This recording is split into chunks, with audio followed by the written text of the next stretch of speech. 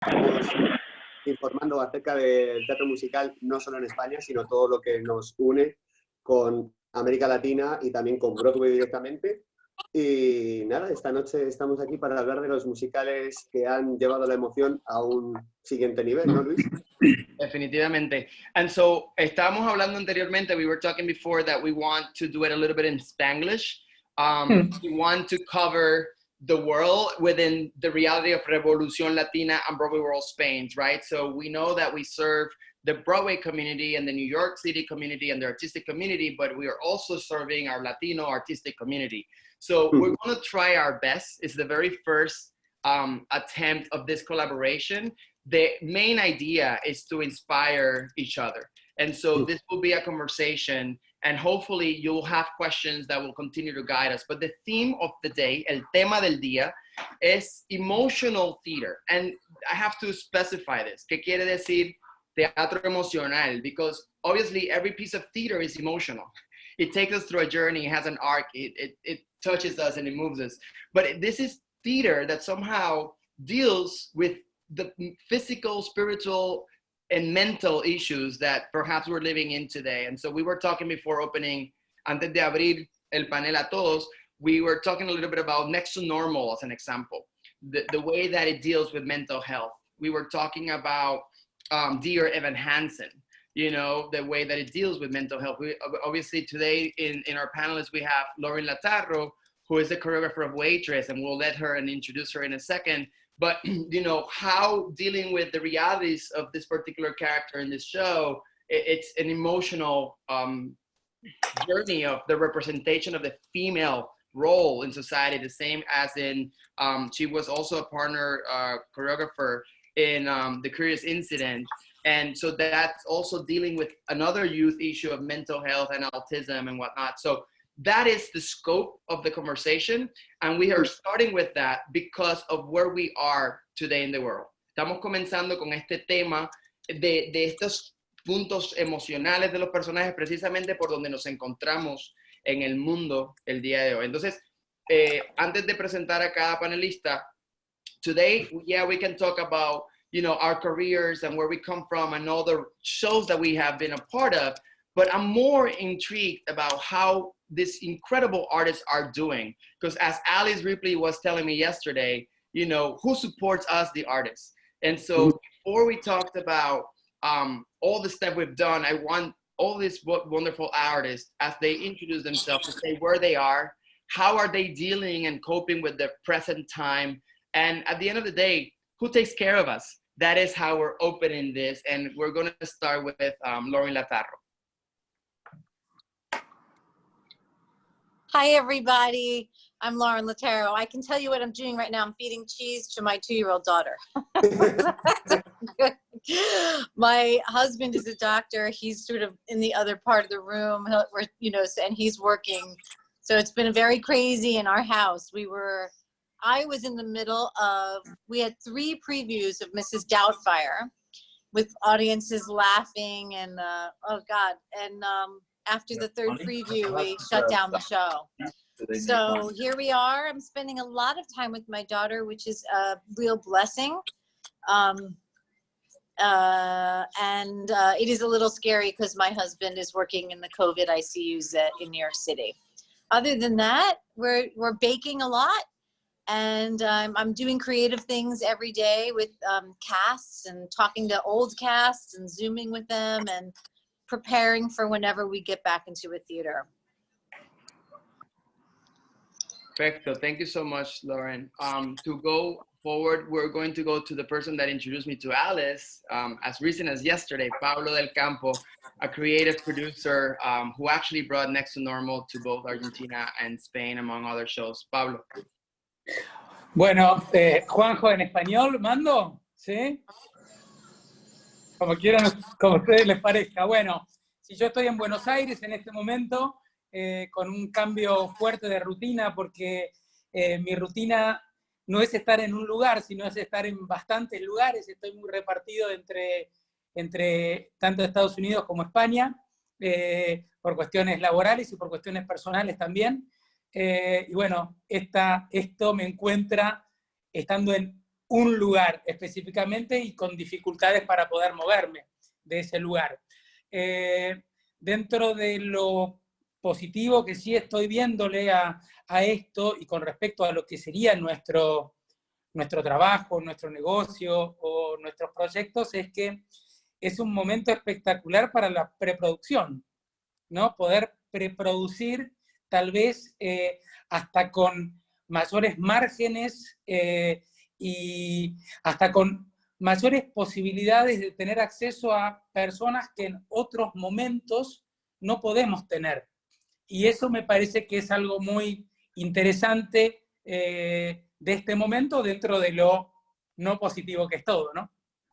Pablo, to summarize a little bit, it's also pointing out that this time is an accurate time for pre-production and for development, and to be able to give shape to new stories or perhaps to stories that have been developing. And I agree, I just want to point out that with Salgado Productions, a lot of the work that we have been doing is precisely that, is being able to do some readings and being able to talk to authors and be able to talk to choreographers and dream about things. So somebody in a recent panel was saying, often in musical theater, the book is the thing we abandon the soonest because there's so much physical work to do. And so this is kind of a perfect time for a lot of scripts to be developed calmly without the pressure of having to put up a scene or having to put up a choreography. And I think, Pablo, acabas de introducir un tema interesante that later on we can address a little bit. Absolutely. Mm-hmm. And so, without further ado, the one and only Alice Ripley. Let me unmute you, Alice. There you go. Alice.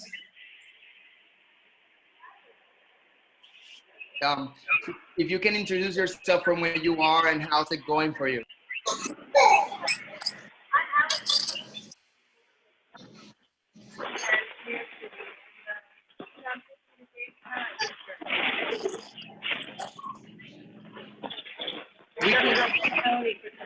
Alice, we can't hear you. No. Does it sound weird or is it? It's a little bit better now. I think you got to get closer to the microphone. It's only that far away. Okay, so we hear you better now. We hear you better now. Okay, good. Awesome.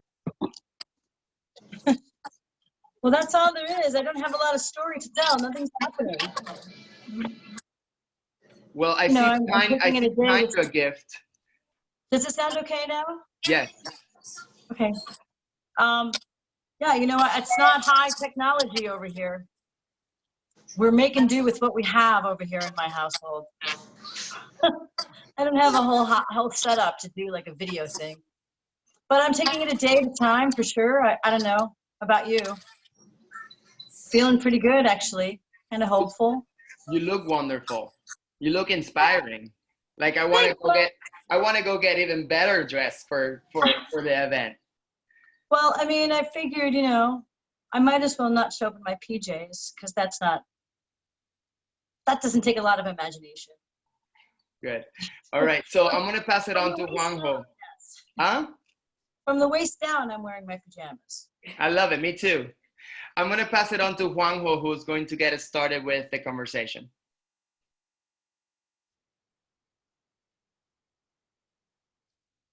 A ver, estoy muteado. Ahora no estoy muteado. Vale. Para empezar un poquito la conversación, yo creo que sería interesante hablar del momento en la historia en la que se empiezan a hablar de musicales como Next to Normal, que ya tenían algún precedente. Yo me atrevo a decir que, por ejemplo, en la década de los 90, con musicales como Rent, el público, y especialmente el público joven, ya se podía sentir relacionado y se podía sentir identificado con las historias que se contaban encima del escenario.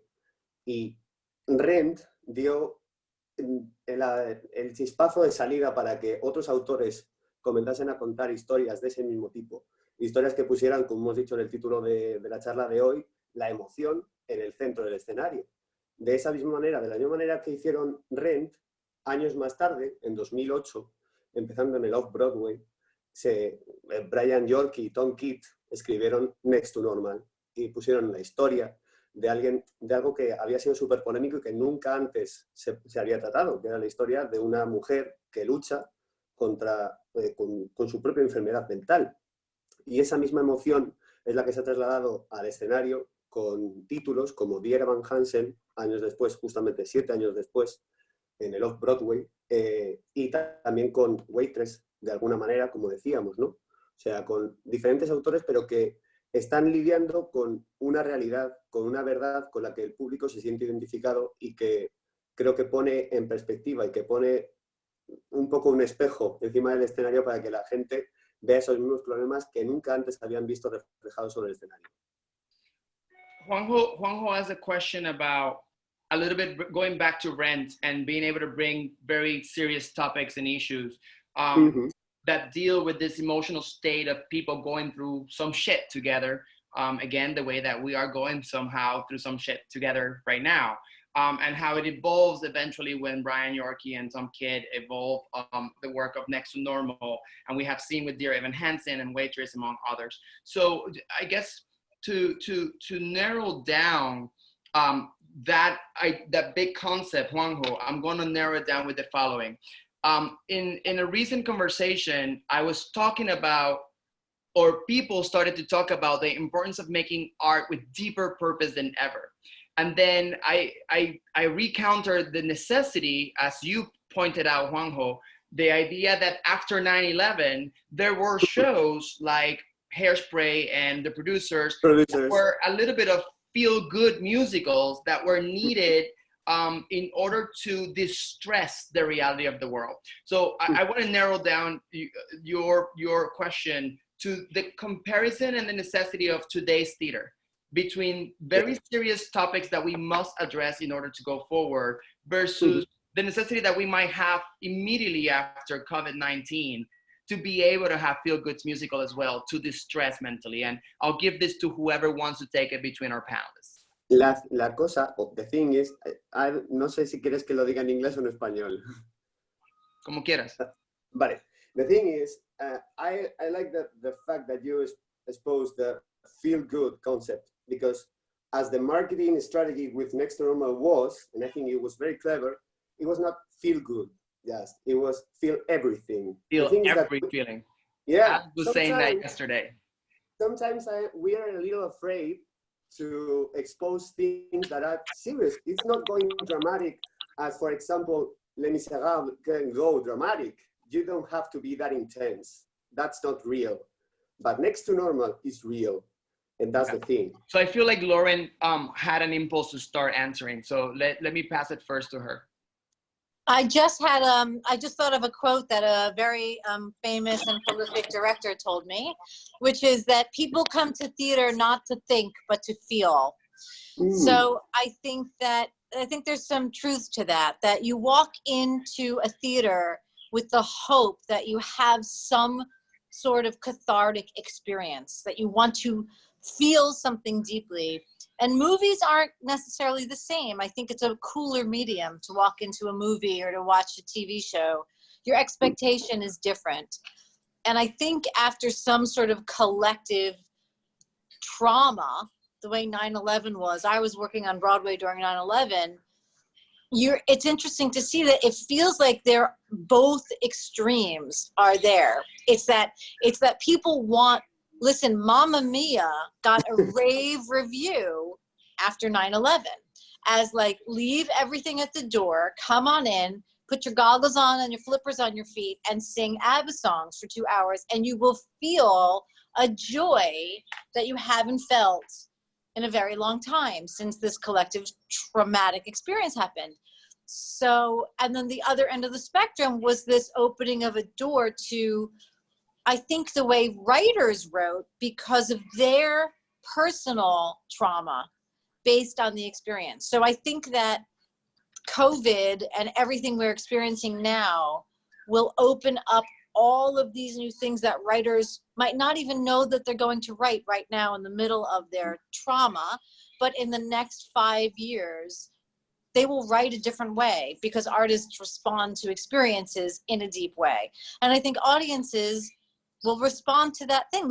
Come From Away is another perfect example. Like, people walk in there and have this almost like you can almost think about the clothes you were wearing on that day. It brings back the memories so vividly to me.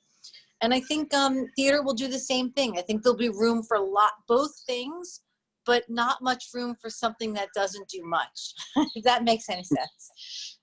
It totally does. And I just want to point out that to your point of come from away and things like Mamma Mia and whatnot, we are going to have a follow-up conversation to this one where what I call the master of the feel-good musicals, Jerry Mitchell, is going to join us too and talk to us, because I think it's something he likes to bring to audiences is the idea of joy in every topic. And that doesn't mean that those are topics that are not deep and purposeful, like obviously Kinky Boots, right? But the formula idea is so much to what you're saying, that it's about feeling a collective catharsis. And so very excited about that one as well. Pablo, ¿qué tienes que decir? Let me unmute you, Pablo. There you go. Try now. ¿Me escuchás? Sí. Yo lo que creo es que, como decían recién, bueno, todo parte de las experiencias personales. Para crear algo partís de experiencias personales, ya sea el creador o ya sea la experiencia personal de la persona que va a ver un espectáculo o a participar de la experiencia de un espectáculo. Yo lo que creo es que, primero creo que no hay una fórmula, creo que hay espacio para todo. Y creo que hay espacio para las cosas que son buenas. Ustedes citaban Mamma Mia, que es un gran show, y también, digamos, y que es, bueno, es un feeling good musical, ¿no? Pero es un gran feeling good, es un muy buen feeling good musical. Y después tenemos otros ejemplos, como el de Casi Normales, Next to Normal, que también es un gran musical y es un gran show. Un Feeling Everything, como decían al principio, que era el eslogan original de Next to Normal. Yo creo que lo que hay espacio es espacio para lo bueno, para lo que tiene calidad.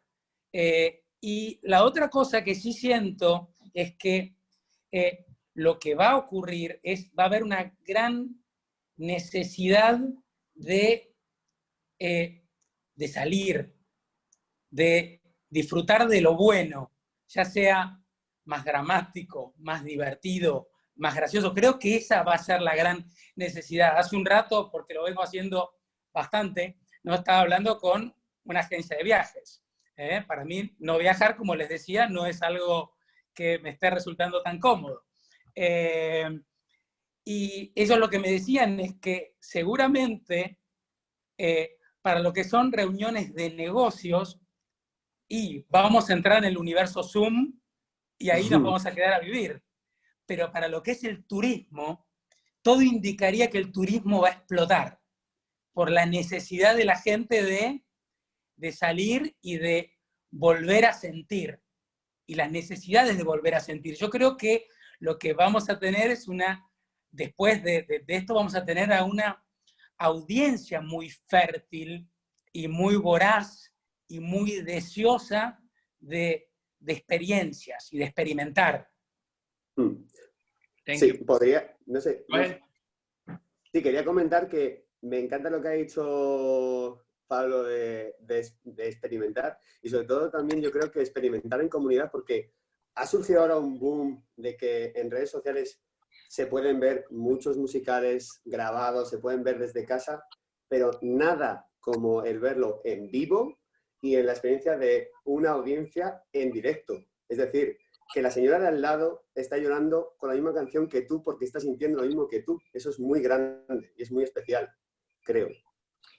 Juanjo points out from what Pablo said, the idea of having that collective theatrical experience, that there might, hopefully, right? I think it's all of our hopes that there will be a boom of having a necessity for theater and having a necessity for contact with the artists and with a community that can laugh together, can cry together, because we have isolated ourselves into this reality where we are home and we are, you know, dealing with Zoom. And Pablo very well said that, yeah, business and meetings of capitalistic development might from now on, actually the new norm be that takes place on the Zoom world, because we're now getting used to that flow.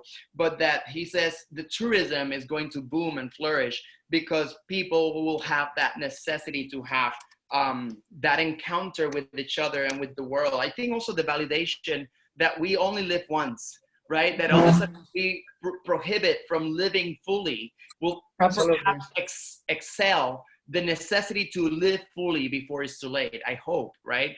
And so he points formula as long as there's good theater, that it doesn't matter, you know, that is talking about this very deep concepts, or theater that is feel good quote, or jukebox theater. If it's good theater, it's something that is valuable and it's something that is needed.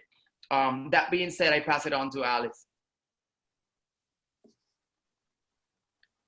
I would hope that there would be some ridiculous theater. Please. Maybe test our patience because it's just too ridiculous.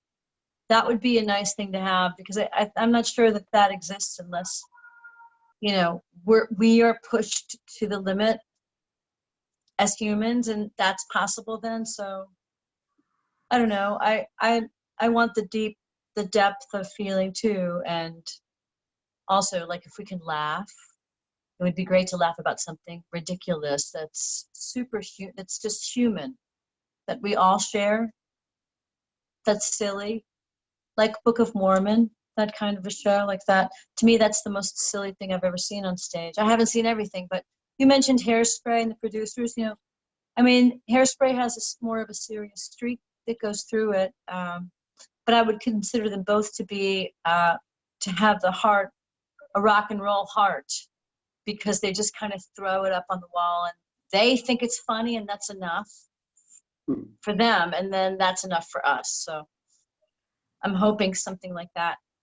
You know that I'm waiting for Zoom the musical soon. What musical? I'm waiting for Zoom. Zoom the musical? This outlet, this communications outlet. Someone's going to come out with that. And if not, I just put the idea into the space. But define ridiculous, because are you talking, when you say ridiculous theater, and I know you're talking about the idea of just laughing and being silly because we need it and we want it, but are you talking about more farce? Are you, what? Tell me more about that. I'm intrigued. Well, something that is maybe a farce, you know, you have to take yourself really serious. You have to take the piece really seriously. These are my real glasses, sorry. I just feel like I can't have them on my face while I'm talking to you. But I think that you have to take comedy seriously for it to work. And there's something that's so liberating about that, because I feel like lately there's been a lot of people shaking their fingers at me like I should be doing this, or this is wrong, you know, based on the shows I've been seeing lately. A lot of kind of, it hasn't been as free as I wanted it to be. I'm not trying to tell you that I haven't been enjoying what I've been seeing lately, because I have, but I wanted to feel more free to be all over the spectrum. And I think that that's possible now that the world was put on pause, and some people will be forced to just take a different path, I guess, with their creative outlet. And some people will suddenly find that there's room for them in a place like Broadway with their idea, because there's space now that didn't used to be there. So I don't know, there were a couple of shows I saw a few years ago, and I'm not going to name anything specific, but it's just the general tone of like blaming the audience. And I don't want to see that anymore. Personally, I want to see a show like Next to Normal or a sideshow that challenges the audience to feel deeply, maybe more deeply than they ever have in public. And a show like Book of Mormon or even SpongeBob, these shows have great integrity, and the scores are so good, and you know, they still make me cry. They live in this ridiculous world that I think it's fun to go there not take ourselves so seriously, because I tend to take myself seriously. Definitely. And you pointed something out yesterday in our pre-talk conversation that I want to highlight, but I'm going to highlight that via Lorin Latarro. And I'm referring to the idea that you talked about, you know, I'm an actress, and so I am not Diana. You know, and so I want to get to that. But before I get to that, Alice, I want to go to Lorin as a creative, as somebody that is choreographing shows and have directed her own shows, and that also comes from being on the stage. You know, what is the role and responsibility you feel with the work you make today? And I know that recently we had our conversation at Broadway Con, and a lot of what we spoke was this idea of female representation that feels very purposeful, and that the stories you choose to tell in a way have that depth of the emotional arc that perhaps we're referring to. Tell us a little bit about your perspective on this. Well, I mean, you think about the theater that happened after World War II or after the Vietnam War. And I mean, if you look and you start to research that, it was almost like an age of enlightenment after World War II. I mean, the Weimar, I mean, just theater became very intense. It pushed all kinds of boundaries. And I feel like we have the opportunity to do this at this moment. And I feel a personal responsibility to be part of that collective. In other words, everything, it's almost like tabula rasa. Everything is empty at the moment. There's room creatively for our brains to dream up new things. There's room for, and I know the producers are doing this. They're meeting every day, discussing. Now is the time to change this, what our normal pyramid is. Now is the time to sort of burn it down. It's already burned down on some level. So as we are rebuilding, how do we rebuild responsibly, creatively, fiscally, collectively to do something radical, to change? We could actually leap forward. It's almost like this blip of time gives us an opportunity to jump into the future. The perfect example is how, like, we're realizing that you can do meetings from home and not be, you know, on public transportation, and, you know, dolphins are swimming in Venice all of a sudden. So I think that there is we have a responsibility to remember this stuff and to leap forward into the future in a way that discard the stuff that wasn't working. Leave it behind. Leave it in 2019. Leave it, and start over in a way.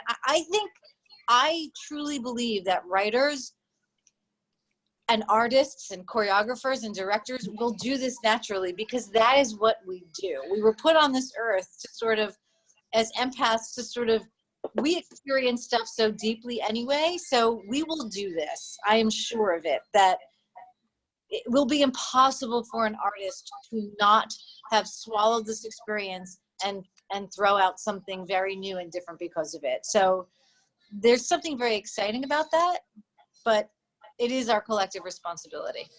Lorin nos dice que siente como creativa la responsabilidad de ser parte de ese movimiento colectivo hacia un progreso, ¿no? Que hay espacio para cosas nuevas y que este es un momento de romper la norma que ya se ha comenzado a romper, que este es el tiempo de oportunidad de brincar hacia el trabajo del futuro. So ella, I can summarize, I think, que se para en el lado de hacer cosas con un propósito de integridad intelectual y moral dentro del trabajo actoral. Me parece súper interesante lo que ha dicho acerca del periodo, comparándolo con la Segunda Guerra Mundial y con después de la guerra de Vietnam. Es que es alucinante cómo justamente entonces fue cuando nació South Pacific. O sea, South Pacific viene después de eso, porque a los señores Roger y James se les ocurrió hablar sobre unas historias que hablaban directamente sobre ellos, sobre la gente que estaba viviendo, que venía de vivir eso mismo. Y claro, la gente lo abrazó. Claro. Entonces, sorry for the alarm. There's the world. It's happening. Alice. So then the counterpoints to you when I said to you yesterday, you know, a show like Next to Normal does so much for so many people, and in fictional reality, and they might confuse reality itself, because all of a sudden you become Diana and not Alice Ripley, right? And so what is your take on this type of very deep theater that we want more of, but that we also have to navigate that there is a suspension of disbelief and that it's not real life, and that you as an actress are not necessarily someone healing mental health. You're somebody portraying the role of somebody going through mental health.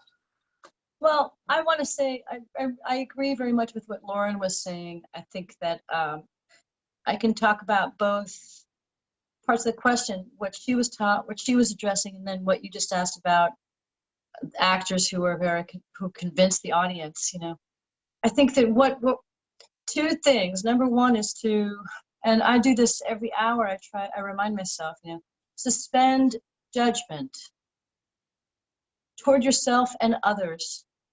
And when it comes to being an audience member, I think it's important to remember that you're watching an illusion, because then you can more fully support the individual actors and the individual performers and artists and designers that are attached to the show in more ways than just buying a ticket, because support is financial, and yes, it's also, you know, pats on the back and all that, and raises and things, but support is also something in here that where you hold space for somebody to grow. And I guess I'm asking, you know, the question about when you convince the audience that you are the character that you're playing.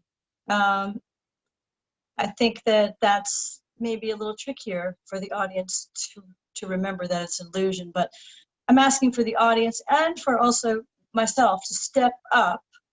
And for me, I'm saying the same thing that I'm asking everybody else, because I consider myself to be in the audience too. And sometimes I'm in the audience and sometimes I'm on stage, and we switch places. So step up and,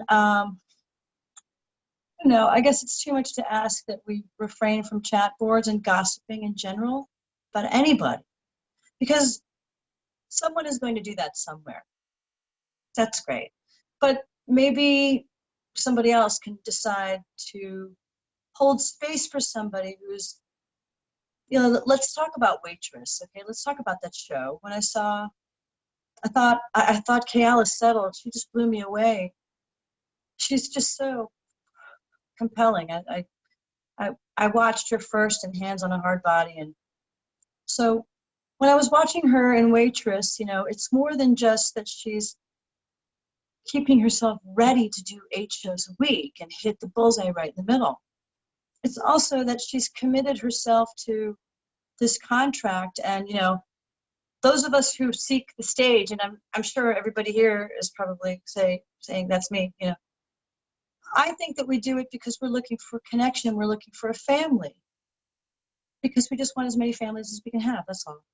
You know, and so we're looking for love, and I think it's the right place to look for it. And if we can really love ourselves and the pieces and the audience, you know, it's a tall order because we're only human. But I guess maybe, you know, if we can step up and refrain from judging somebody in general, I think it'll serve like both parts of that question that we were just talking about, you know, kind of encourage people to let something fly. Maybe that would be a little weird, like people rapping in turn of the century dress about something that's true to life history. I mean, it's a little strange when you think about it that way. Or, you know, the story of Next to Normal was a 10-minute musical that Brian Yorkey and Tom Kitt wrote as an assignment at Columbia. And they came up with the idea because Brian thought, and he said to Tom, let's do something that's impossible that nobody will ever want to produce.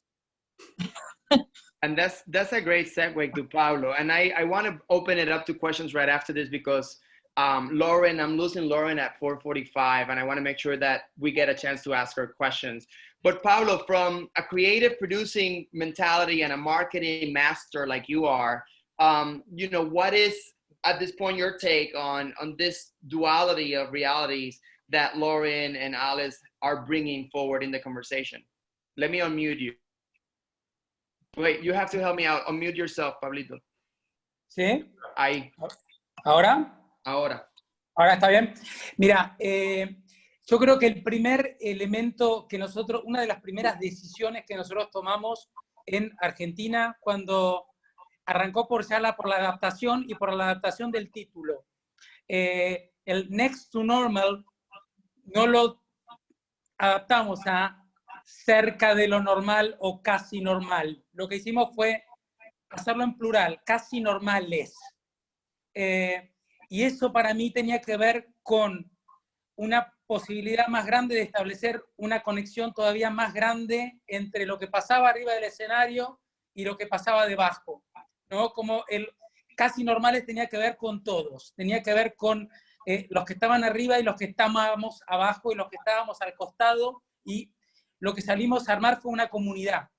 Y yo creo que, sobre todo en un lugar tan psicoanalizado como es Argentina o Buenos Aires o las ciudades más urbanas de Argentina, fue entender que una obra triste tal vez, o trágica, o de un feeling everything, como planteaba Next to Normal o Casi Normales, lo que había que había que darle tiempo, que no era algo que necesitábamos productores y necesitábamos inversores que entendieran que esto era algo que iba a llevar bastante tiempo, que no se iba a poder resolver el éxito o el fracaso en un mes y medio, que íbamos a necesitar establecer algo y básicamente establecer una comunidad, establecer un movement. Yo vengo del mundo de la publicidad. Yo vengo de trabajar para Pampers, para PlayStation, vengo de ese universo donde lo que nosotros tratamos de hacer es que las marcas sean como clubes de fútbol o religiones. Y nosotros lo que creemos es que haber hecho Casi Normales en plural y fue una posibilidad de establecer un sentido de comunidad.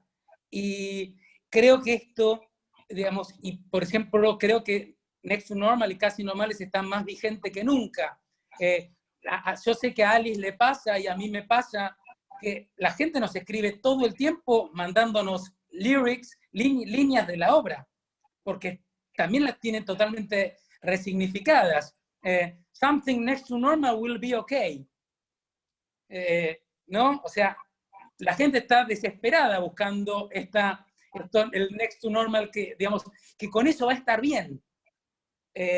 Y yo creo que también hay espacio para resignificar, o sea, hay mucho espacio, como decían, para lo nuevo y para la nueva creatividad, pero también hay mucho espacio para resignificar lo de antes y para meterle una nueva mirada. And I'm gonna, again, for lack of time at the moment, and I want to make sure that Lorin gets to her baby. No, you're good. No, it's me. So I want to make sure that we ask her questions. So before we open the table to general questions, if anybody wants to ask anything in particular to Lorin Latarro, let's please do it to start with, so that we can send her back to her baby.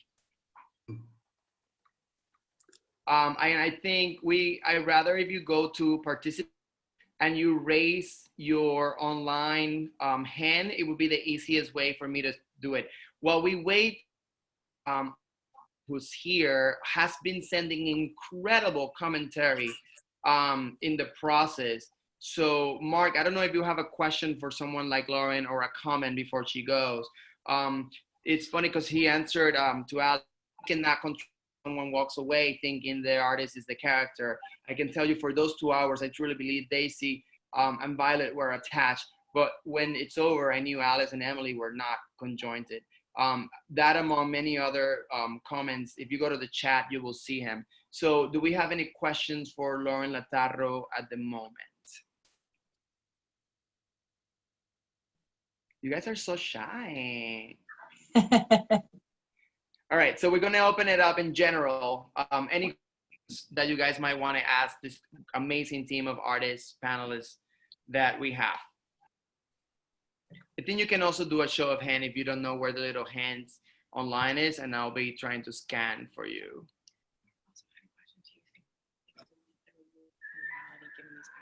So Mark has a question. Do you think that the audience will want the removal from reality given the past few months, going into the United States elections, the overabundance of news, etc. Our people will be careful choosing what they are spend their money in when they go back to the theater. Thank you, Mark, for your question. Lorin, do you want to take on that? I mean, Alice, you can talk to this too, but I think, of course, because I think everybody has, so much of the work population has been furloughed that I feel like most of America has been hit financially. And again, with all this time, I feel like people will choose carefully where they spend their money and where they spend their time. Again, thinking about, what do they really want to do with their time now that they have it back, that the world is reopening. I think we'll choose differently, certainly for a little while until we get back into the drone of things. Maybe not. But I'll tell you, for me, I cannot wait until that. Have you been in a theater when something is really funny on stage and the whole audience laughs at the same time? It actually creates almost like a vibration, like one of those really big belly laughs that everybody experiences together. For me, that is magical. I cannot wait to experience that again. I also cannot wait to have an experience where you feel collectively like the entire audience loses their breath by being moved so deeply by something that they've just seen or heard on stage. And singing, for me, and I think for many people, just is as close to the heavens as we get here on earth. So I think theater will be back, and I think people will want to forget about all of this stuff. We've been bombarded with, and we will be bombarded with the election and bombarded with the 24-hour news cycle. So theater is one of the only respites left from it. Amy has a question. Amy, please go ahead. Hi, so my question is actually for Lorin, just thought of it. In terms of Mrs. Doubtfire and Broadway reopening, do you see any changes being made to the show that will respond to the COVID situation at all? No. We were talking about this. Look, you're not going to be able to take a Windex and wipe down a table on a Broadway stage without people thinking of it's going to have a metaphor. It's going to have this giant impact, certain things that were just nothing before. So we'll have to go through the show and think about what that means. I mean, think about it. If I walked into the room and somebody was cleaning after I left, which is something that happens all the time on stage, all of a sudden that means something completely different now. So I think it'll be clearer once we see the show. There'll be certain things where we'll watch it and we'll go, oh my gosh, a spit take. We have a spit take in the show. You know what that is, when you drink something and someone says something and you spit water on somebody else's face. I wonder how that will play once we go. I can immediately, as an audience, I just went, whoa! Okay, so I think that, you know what I mean? It used to be one of the funniest, it's like vaudeville gold, right? It's like Jerry Zach's gold. It's like a spit take is one of the oldest tricks in the book, but I'm not sure it's going to work right now. Very interesting. Anybody else before Lorin goes at the moment now? So I kind of want to rescue, Lorin, if you at any given point have to go, thank you so much for your time. You're so kind. And every time we share some time with you, I took notes on the stuff you were saying. I was like, that quote is amazing. And the Jerry Sachs is always amazing to remember, right? That kind of like theater making and the timing and the beats. So thank you for your knowledge and your art. And I'm so proud of seeing you going from the 9 times I saw Moving Out and seeing you as an incredible performer to seeing you now telling stories. It's inspiring. Thank you. Thank you. Thanks for all you guys do. Thank you. Thank you. Going back into the prior question, Alice, that Lorin sort of bounced the ball to you. What is your perspective on how the audience realities of today will change the way they go to theater now? I mean, I kind of feel like that those decisions will be made and then everybody will just decide to go along with the decisions that were made. I don't know what that means. Maybe it means that the theaters have a space between each seat. And somehow maybe the producers absorb a lot of that slack, and the audience member doesn't have to pay that much more. I think that's possible. That seems far-fetched and crazy, but I mean, that's the only thing I don't have any answers. I'm coming up with something I think might work logistically, but as far as what people will do, I think that they'll do, in general, what they're told, because audiences are very well behaved, and they control their behavior to a degree in order to make it so everybody can enjoy what's happening on stage. And I think the audiences will find a way. I think the actors will find a way too. And you ask a very good question, and everybody's welcome to, again, raise your online hand at any given point, and we'll take your questions. But this question's for Pablo and Alice, and including Juanjo in this.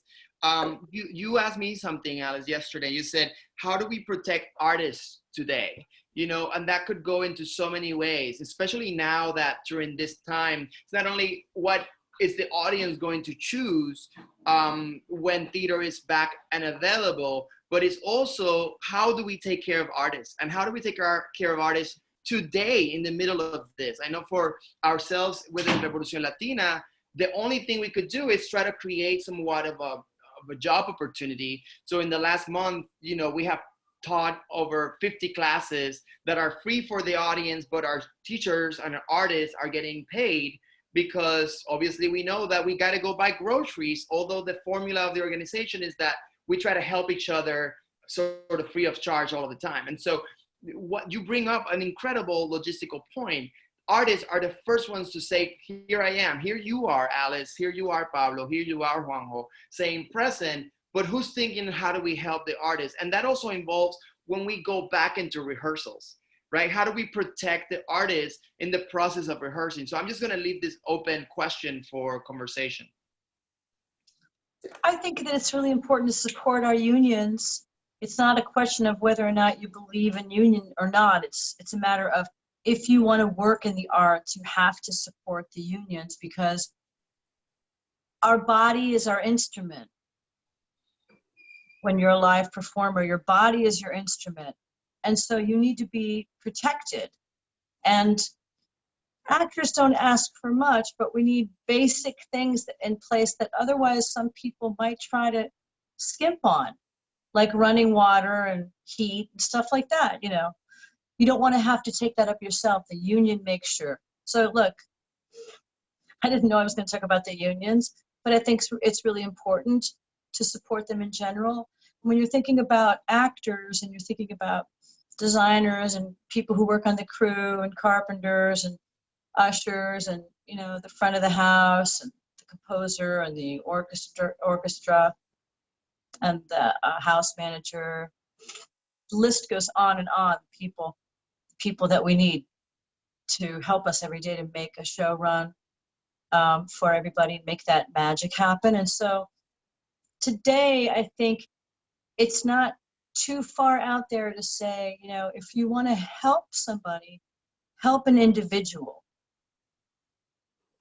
Because the big organizations have a lot of money, and they always need more money. But the thing is, some people don't qualify for some of the benefits that these organizations, maybe most people do. Some people don't.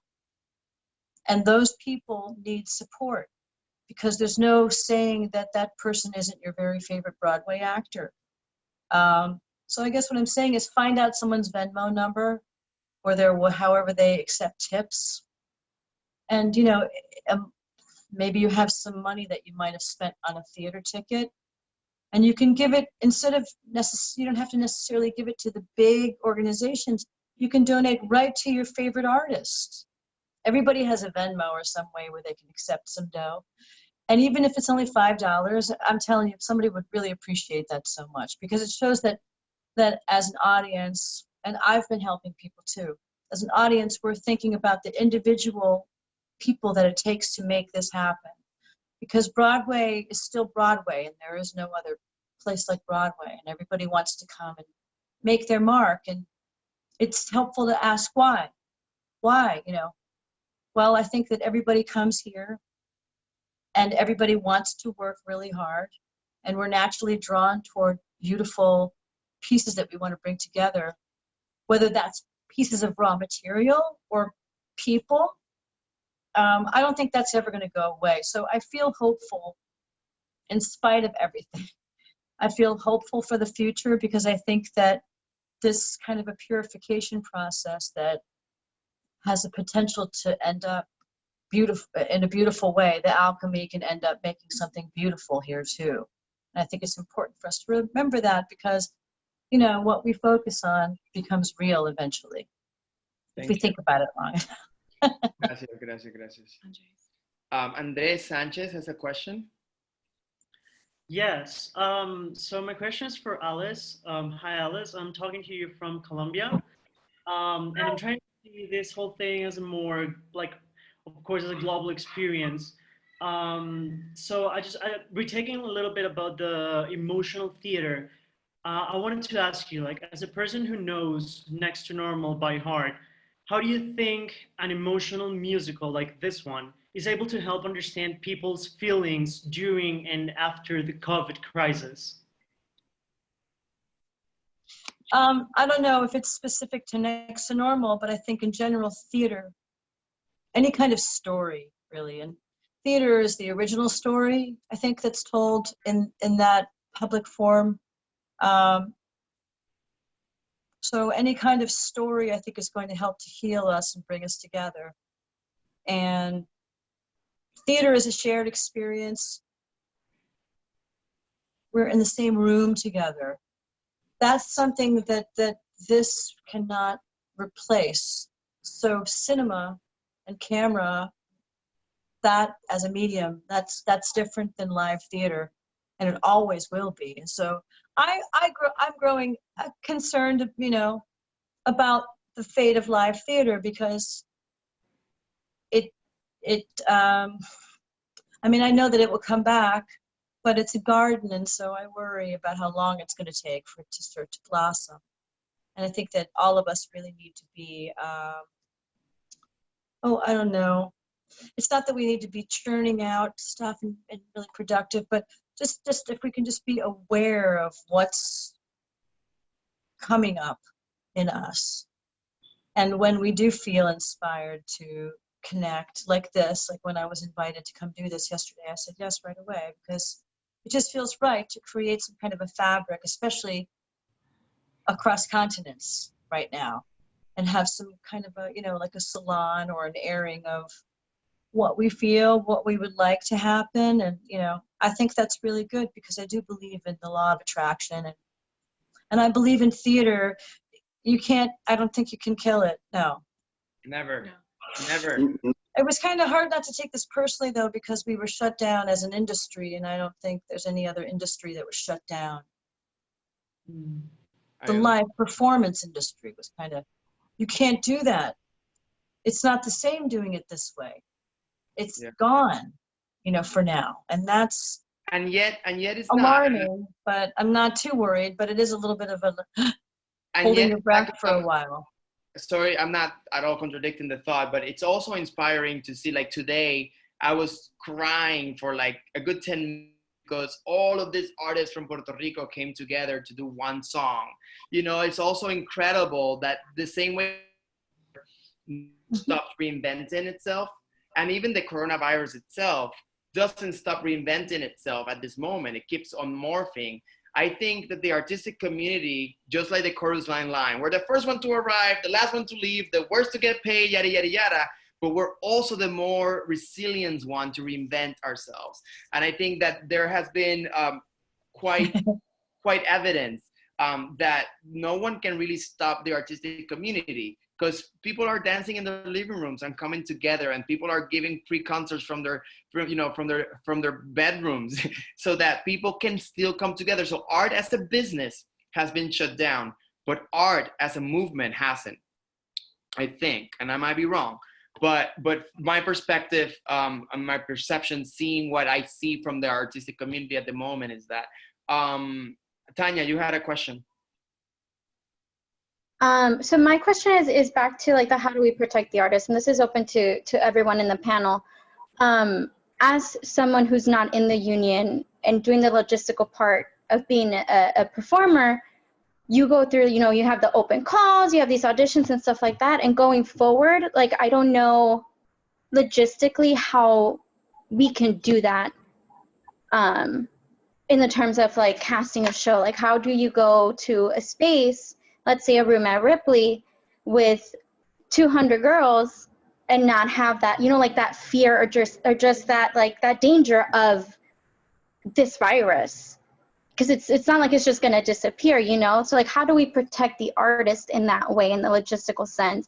And I've asked this in like casting director Zooms as well, and I guess no one really has an answer because this is an unprecedented event. But how do you guys see that for us, like in the future? How do you see the casting process changing? I know now we have Zoom, but everyone's hopeful that we're going to go back to normalcy. Is that really fair, I guess? Like how do you protect the artists in that aspect? Did I lose Pablo? Is Pablo around? Pablo se acaba de ir. Se acaba de salir ahora. Okay. I'm just going to jump on it real quick. As far as like, just like the answer you just said, there's no real answer mm-hmm. for Pablo, because, you know, Pablo and I are having meetings about a project, and a lot of the perspective I'm bringing out when we're talking is how do we take care of the audience, you know? So I think it's a little bit in the hands of the people doing the work. Mm-hmm. That just like there was the very late decision makers in the theater community, where it's like for example, I had Matilda, and as we were running Matilda, we are there with 19 kids, and our lead actor has diabetes, and our lead actress has a lung disease. And so, you know, it's immediate for me that we have a red alarm, and that we should, as a company, consider shutting down at this moment, because the first case of death miles away from the theater had just happened. Mm-hmm. But the theater couldn't make the decision, because then there's the business of it. And so if you make the decision right now, and you're sacrificing all of the investment you just made. So, and Juanjo, you know, tell us what do you think, but I just think it's such an individual reality. Like you said, no one has the answer and no one knows the pattern to follow. So I think that's when our emotional system, our humanity, our values come into play in the way we decide how do we go about things. You know, if I was to go and run auditions tomorrow for something, which tomorrow won't be a reality, but you know, the next time that I have an opportunity to run auditions, I want to create a chaos and madness and humanity in a room. I have to be very, very respectful of the mental health of isolation that will still be a cultural thing in the minds of all the artists. But someone else might be like, well, this is go. And I don't know which is right or which is wrong, because perhaps the one that is like, this is done, let's just go, might be also breaking through a boundary psychologically to the people that are in that room. So I don't know that there is an answer. I don't know that there could be an answer other than the individual human choice we all make. Iba, primero decir que Pablo, por lo que me comenta por aquí, se ha quedado sin batería, así que pide disculpas. Pero en cualquier caso, am I saying in English, or maybe we can... follow your heart, Juanjo. No, the thing is that maybe we can summarize for those people. Juanjo, el que sea. El que quieras. No, es que es curioso que la perspectiva del productor y la perspectiva del artista a veces se suman en la misma persona, pero es muy difícil de decir, porque, por ejemplo, antes Alice estaba comentando que los productores pueden asumir la posibilidad de que aquí en España, por ejemplo, vaya a reducirse el aforo a un 50%. Es muy difícil de decir, sobre todo para producciones grandes, a gran nivel, y vamos, lo mismo y mucho más agudo para un off-Broadway. Pero sí que creo que a nivel, como decía ya, de individualmente, a nivel de salud mental, de apoyo psicológico, sí que debería haber una respuesta por parte de las productoras y de lo que ya ellos están dando, pero que deben de recibir cada artista, y por parte de las productoras, por aquí en España por lo menos me consta que sí que se está dando. Sí. Emily Hart had a question. Emily, I'm just going to let you ask the question yourself.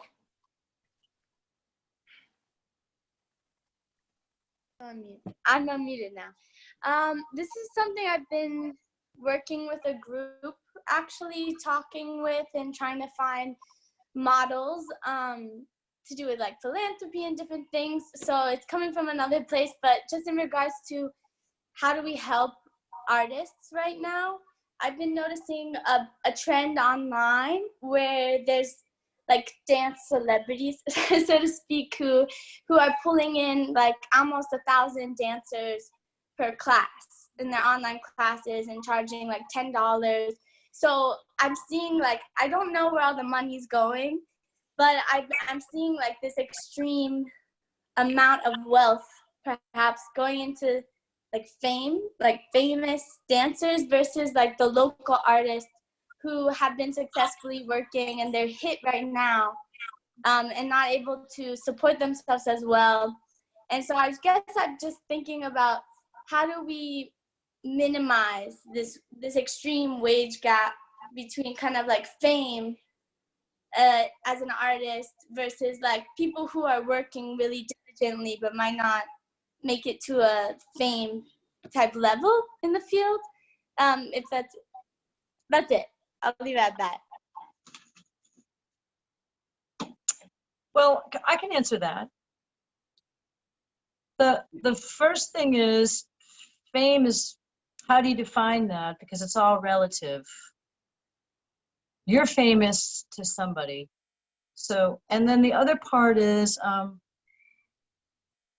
you need to ask for what you need. So sometimes you have to give yourself raises. And sometimes it's difficult to set a price that's what we actually want. What I'm just doing with this answer is turning it back around to saying, you know, how can we take responsibility for this ourselves? Because when we do that, there's some power there. Because otherwise it's just like, well, I'm not this and I'm not that and I'm not this, so I guess I'm screwed. And there's no power in that. So the reason why I'm coming at you like this is to go, hey, you know, fame is relative, first of all. And it is true.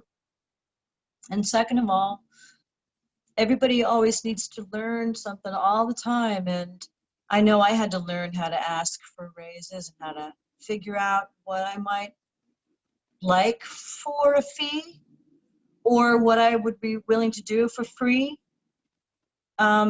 You know, we artists, we do lots of stuff for free. That's part of that's part and parcel to what we do. And that's why part and parcel to what we do is that we need support as well. It's not because we're weak or because we're not good with money. No, it's because art requires support. You know, you have to have the wind beneath your wings to fly. Doesn't matter like how long or how good you are at flying, you still have to have the support or you're not going to make it. So there's some attitude adjustments that I'm doing right now. I'm sharing them with all of you. I'm doing them for myself right now, these attitude adjustments of something that might be limiting me that I've created myself, like that. I mean, if you can give yourself some wiggle room in order to, and emerge in a positive way, in a positive stance, meaning, well, I mean, it's not really about celebrity.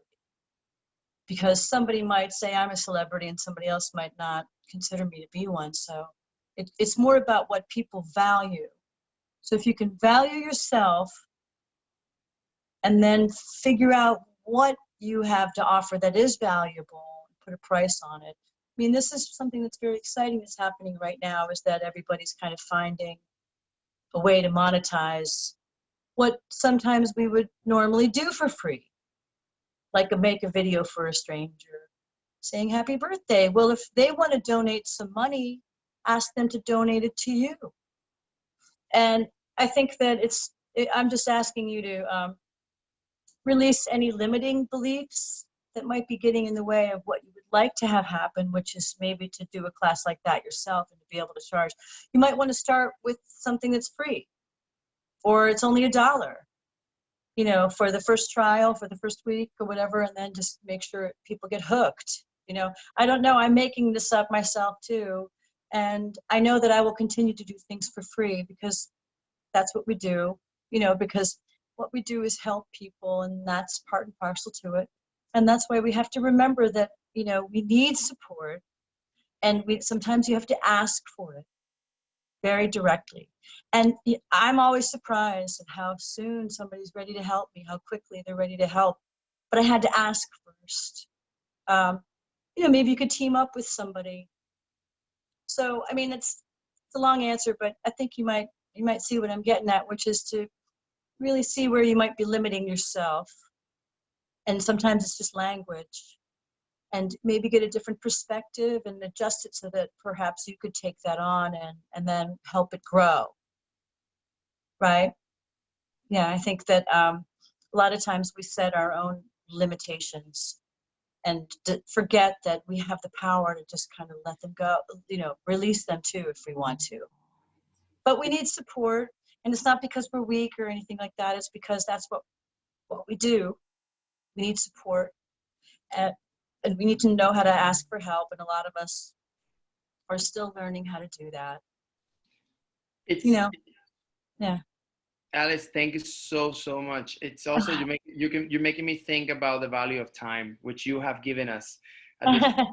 And there's a movie with Justin Timberlake. I don't remember the title now, but their capital is no longer capital.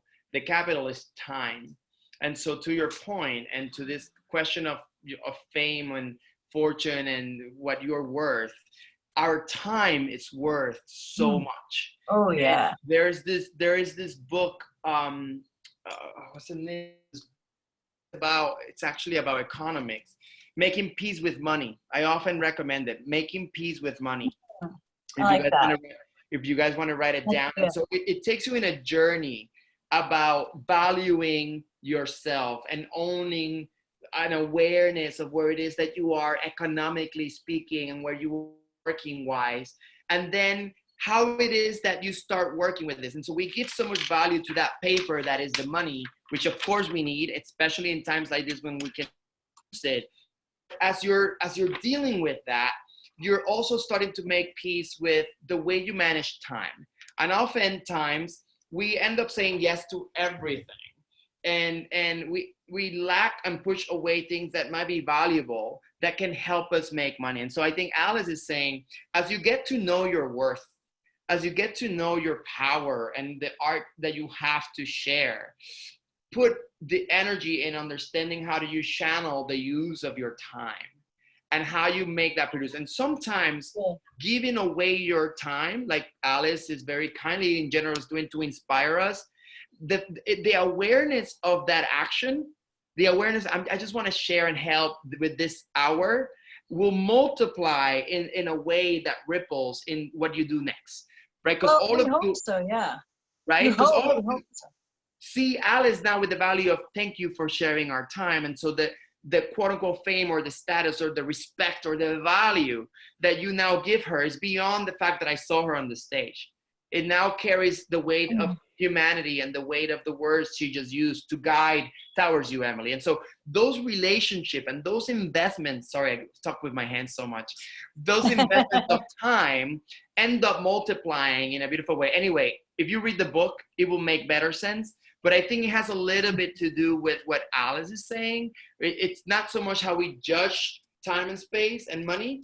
It's how we work within ourselves to multiply the impact of our time and the potential of our money, if that makes any sense.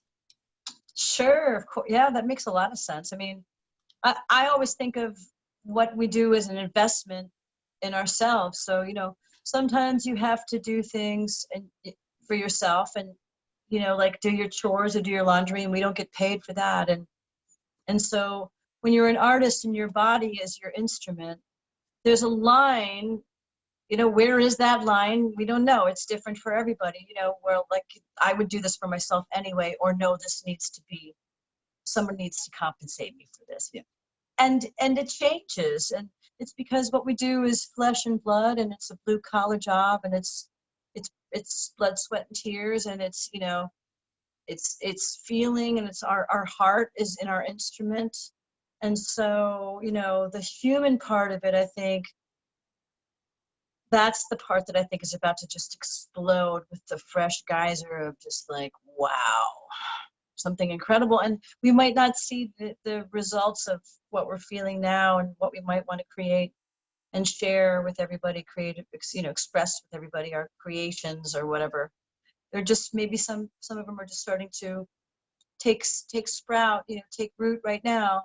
And then maybe we won't see it for years, because Lin-Manuel, it took him 10 years to write Hamilton. He took a decade. So I think it's a gift when you realize that you don't have to do it right the first time. You don't have to get it right now. It's about the long-term investment to yourself as somebody that has something to share. So you value it yourself. And then like this, to me, this is just such an incredible opportunity to meet and see your faces. And, you know, and you're right, this is something that we wouldn't be able to do in person necessarily as easily.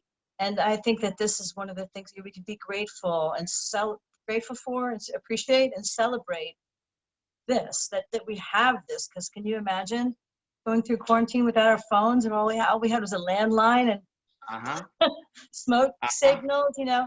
So it's kind of amazing to think that this phone, it is the camera in our phone. It is, you can create a lot with it. And what we're doing right here is creating this net of human spirit. And, you know, we'll always be there for each other now. I mean, some of us will know each other better than others, but once you make that connection where you meet on a day like today, just to have a salon about how you can't wait to get back at it, you know, that's really exciting to me. That's the reason to do the whole thing, and that will never die. That can never die. And so we have to remember that it's always alive, and to not believe anything else. You know, not to start to believe that maybe it's gone forever. No, there's no way. No. You it's so easy to fall in love with your passion and your flow. So you're so sweet. Juanjo, take us home with the summary of what we learned. ¿Qué aprendemos? ¿Qué te llevas durante esta conversación, durante esta última hora? Pues mira, justo de lo que decía ahora mismo Alice sobre ser agradecidos con lo que nos da, me viene a la mente un pensamiento que yo creo que hemos tenido todos durante este tiempo de la cuarentena, que es la presión que muchas veces tenemos de es que tienes que hacer, tienes que crear, tienes que aprovechar cada minuto, y es que a lo mejor lo que tienes que hacer es valorar cuando llega. O sea, como este momento de conversación con Alice, contigo, con Pablo, y aprovechar y valorar todo eso y estar agradecidos por cuando tenemos, en lugar de tener esa presión continua de hacia dónde voy, que es como un miedo, ¿no? Y eso al final se traducirá, los que son creativos, en una obra, ya sea ahora o, como dice Alice, dentro de 10 años con un nuevo Hamilton. Amen. So Mark, I'm going to use Mark's word. He's been my hero in this chat. He's been chatting with me here so well. And can I just say that Alice is one of the most generous people I ever known. Her Instagram concert videos. So thank you, Mark. Yes. Thank you for all your input today. Look, I think he has something of yours there. What is it? It's like a picture. Let me see. Let me spin it. Oh yeah, it's a letter you did for him. Who? Oh. Mark, yeah. I'll take a pic. Wait, Mark again, and I'll send it to her. There we go. There we go. All right. So I want to say thank you to everybody. Alice, thank you so much for your time. It's such a pleasure meeting you. Pablo, who's not here at the moment, and Lorin, who very kindly, generously gave us their. Thank you, Juanjo. This is our first one. I know I spoke a lot today. No. We will. Muy interesante. No, antes me estabas preguntando ¿cómo te sientes? O sea, como me siento como un alumno en una clase aprendiendo todo lo que tienen que decir esta gente. Yes, it's beautiful. it's beautiful to learn every day, and I feel so lucky that we have this avenue to continue to grow, to continue to nurture each other. And listen, we don't have to sweat all the time. Like we've been sweating for the last month, and here we are, like taking so much in with this wonderful conversation. I want to point out that Gabriela Garcia is going to be doing our cafecito on Friday. She's here, that beautiful lady that's there. She's going to be talking about Fossi. Juanjo, give us the details. Yes, she is going to join us through Instagram Live with Broadway Spain, and she will be joined by Marta Rivera, who was Velma Kelly here in Spain. So both of them hopefully have a lot to talk about and share with the community. And then next Monday is going to be really, I guess, active and intense and hot, because we're going to, in the morning in El Cafecito, we're going to bring in some of the cast members from On Your Feet, including Ana Villafañe and Hector. And then in the afternoon, in the happy hour, am I wrong? Next Monday? Yeah, because we're talking about the Latin influence in Broadway. And then in the afternoon, we are going to bring Jerry Mitchell to speak about the feel-good musical projects and the importance of that. So thank you, everybody. Alice, once again, thank you so much for this time. I look forward to, thank you, Alice. to talking to You're welcome, de nada. Thank you. Thanks for having me. And thank you, everybody, for connecting. Tell your friends, revolucionlatina.org, revolucionlatina.org, so that you can register and be part of the next conversations. And for now, I think in Spain, it's time to go to sleep. And here, yes. I'm starving. It's time to go to eat. I have a little song I can sing for you before I go. Yes! Little Espanol, right? Okay. Ready? Here's your lullaby. Cuando te hablen de amor y de ilusiones y te ofrezcan un sol y un cielo entero, si te acuerdas de mí, no me menciones, porque vas a sentir amor del bueno. Y si quieren saber de mi pasado, es preciso decir una mentira. Les diré que llegué de un mundo raro, que no sé del dolor, que triunfé en el amor y que nunca has amado. ¡Bravo! That's for you. That's for you, Luis. Thank you so much. Oh my God, how lovely. Wait, ready? Thank you so much. Have a wonderful afternoon, everybody, and we will see you again on Friday. I love you. We will love you. I'm going to be texting you, Alice. Thank you so much. Okay, see you next time. Bye, everyone. Have a good afternoon. Juanjo, gracias.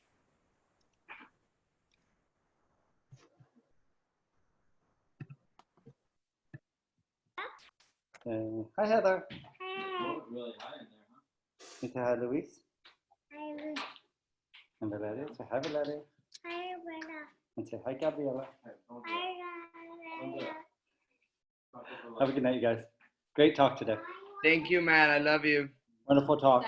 They're so great and filled with so much. Gracias, gracias, gracias. Hey, we have to coordinate our meeting, so we'll do that soon. Okay. I haven't followed up. Okay. Thank you. Chicle. Chao, chao. Papi, ¿cómo estás? Bien, bien, ¿y tú? Bien, gracias por conectarte. Ah, genial. No te oigo bien, estás bajito. Ah, ¿me escuchas ahora? Sí. Poquito. Saludo, nada más apagar. Saludo, ahora, ¿me escucha? Ahora, mucho mejor. Sí, saludos, Heather, Gabriela, genial. Papi. Denis. Denis te está escuchando, te está escuchando. Qué bueno. Mira, Pues tú brother. me dices, teníamos... ¿Qué? No, sí, eso, que teníamos la reunión ahora. Sí, si Eso quieres lo- come y me llama. Ven acá, te pregunto, sí, yo sé que me vas a decir, estoy en casa, pero ¿te puedo llamar después de las 8 entonces? Sí, con calma. Yo te llamo después Sí, de las sí, sí. 8 más tranquilo. Voy a lectura ahora entonces y así no estoy rociándome para que hablemos con más calma. Ok, me escribe, con calma. Ok. Nos comunicamos. O Hikari te quiere saludar. ¿Qué? Mi hijo te quiere saludar. Mira aquí, Cari. Hace para allá. Ahora. Aquí, mira. Mira, Hikari. Chicle. Hello. Jaja. Hola. Hola. ¿Me escuchan? Hello. Espérate. Mira, tengo papel de baño de chicle.